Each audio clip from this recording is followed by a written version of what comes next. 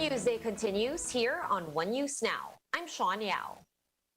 The Health Department has reported 466 new cases of the highly transmissible Delta COVID variant here in the country.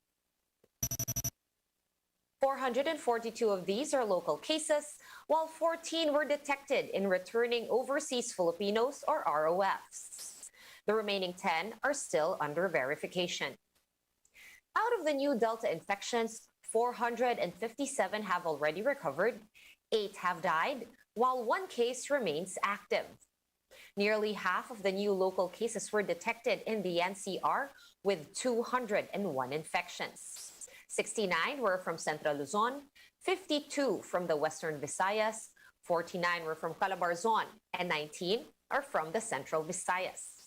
14 new Delta cases were found in Mimaropa, 11 from the Davao region, and 7 each in Soxargen and Cagayan Valley.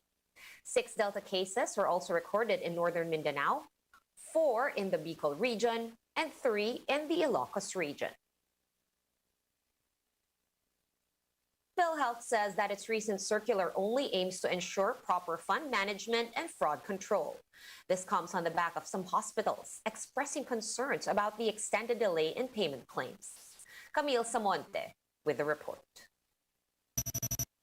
Some hospitals are now considering to cut their affiliation with PhilHealth following a recent circular.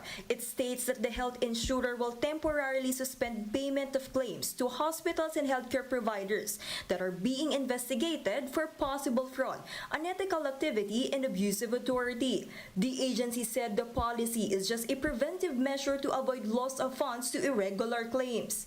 But for the Private Hospitals Association of the Philippines, or PAPI, it's just a tactic to delay payment claims. This as PhilHealth allegedly still has over 86 billion pesos unpaid claims to hospitals across the country. Halos hindi po kami nababayaran. Kaya yun po, yung utang na sinasabi nila, sabi nila in process right now, ay yun po hinihintay namin na talagang maibigay nila. PAPI is concerned that the new policy might be abused as payment claims may be suspended on mere suspicion. PhilHealth will also give hospitals only 3 days to refute its accusation and resume the payout. Sabihin nila, sabihin mo itong hospital na ito ay may ginawang fraudulent act or unethical act. So, kasuhan mo na yan. So, ibig sabihin po, kung meron kayong receivable na halimbawa, 1 milyon, 10 milyon sa PhilHealth, wala na, nakahold up po yun. With this, some of its member hospitals are now thinking not to renew their PhilHealth accreditation, but the Grano clarified that they will continue to serve beneficiaries until the end of their contract. By then, patients would have to pay for their own medical bills without subsidy from the state health insurer. This does not sit well with dialysis patient Alberto Duran, who gets regular discounts from PhilHealth. His dialysis costs more than 4,000 and he is only paying half the price at a private hospital in Pasay. Di talagang mahihirapan kami, baka mapaaga kami mamamatay kung bihira lang kami mag-dialysis. Kasi ang PhilHealth, isa yan na nakakatulong sa amin. In its defense, PhilHealth reiterated that the policy has been in place since 2016 and that only some provisions were added. There was no accusations in the circular against certain hospitals. That's a policy against fraud and it will apply to any hospital. Since 2019, around 26 healthcare providers with payment claims had been temporarily suspended. These covered 10 dialysis clinics, 8 hospitals, 6 medical professionals, and 2 maternity clinics. Domingo also clarified that the agency owes only 12.9 billion pesos unpaid claims to hospitals. PhilHealth is hoping that the healthcare providers will not cut their ties with the agency. The House Committee will hold a dialogue on Tuesday between PhilHealth and PAPI to discuss the issue. For News 5, Camille Samonte, we are One News. And the DOH has reported 8,332 new COVID-19 cases on Monday. This is the single highest day tally since the onset of the pandemic. It also has brought the country's total caseload to 1,857,000, some 130,000 of which are still active.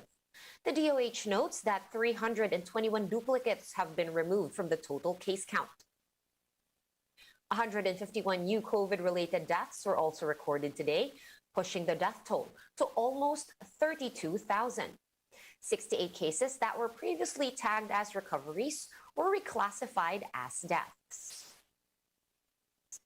Total recoveries are now at 1,695,000, with over 13,700 new survivors logged in the past 24 hours. And out of the total 64,900 COVID-19 tests conducted for today's bulletin, 24.9% yielded positive results. We'll be pausing for a quick break, but we will be back with more stories after that. Stay with us.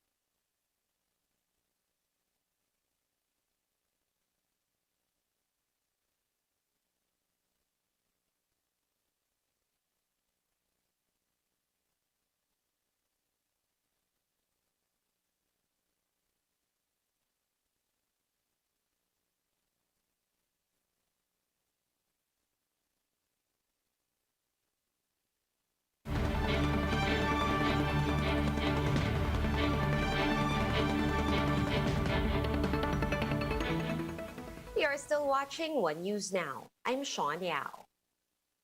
Some mall-goers are on the fence about the proposal to only allow fully vaccinated customers in some establishments. Dale De Vera joins us live from Ortigas to tell us more. Dale, what kind of reactions are we getting on the ground? I can see you're inside a mall.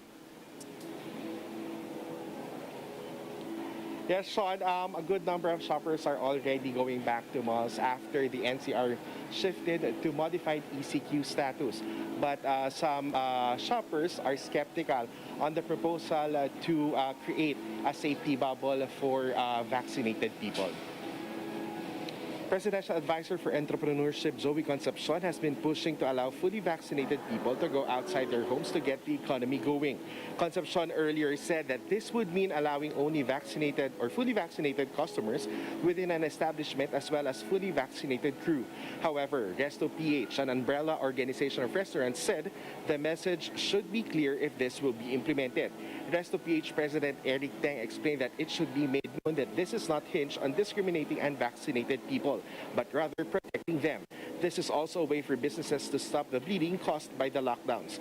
But mall goers are not fully sold, saying there are other issues that need to be addressed first before allowing such proposal, like vaccine availability. Let's listen to Teng and some of the shoppers. We're protecting the unvaccinated. Sila po kasi vulnerable. So this goes into a controlled way of recovering this sector of our economy, the consumption economy, but still maintaining as high a safety standard. Favorable naman siya, pero sa akin lang, ang issue muna na dapat i-resolve yung availability ng vaccine sa lahat ng tao.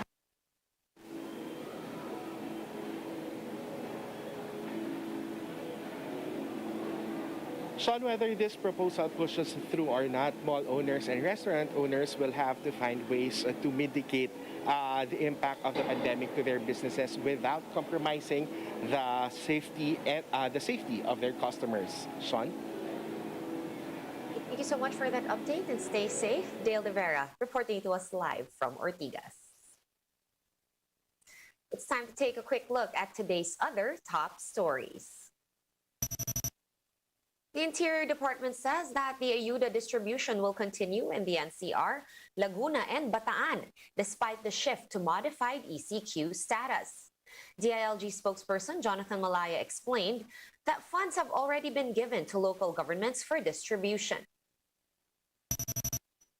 MMDA Chairman Benhur Abalos expressed confidence that half of the target population for herd immunity in the NCR will complete their vaccinations this month.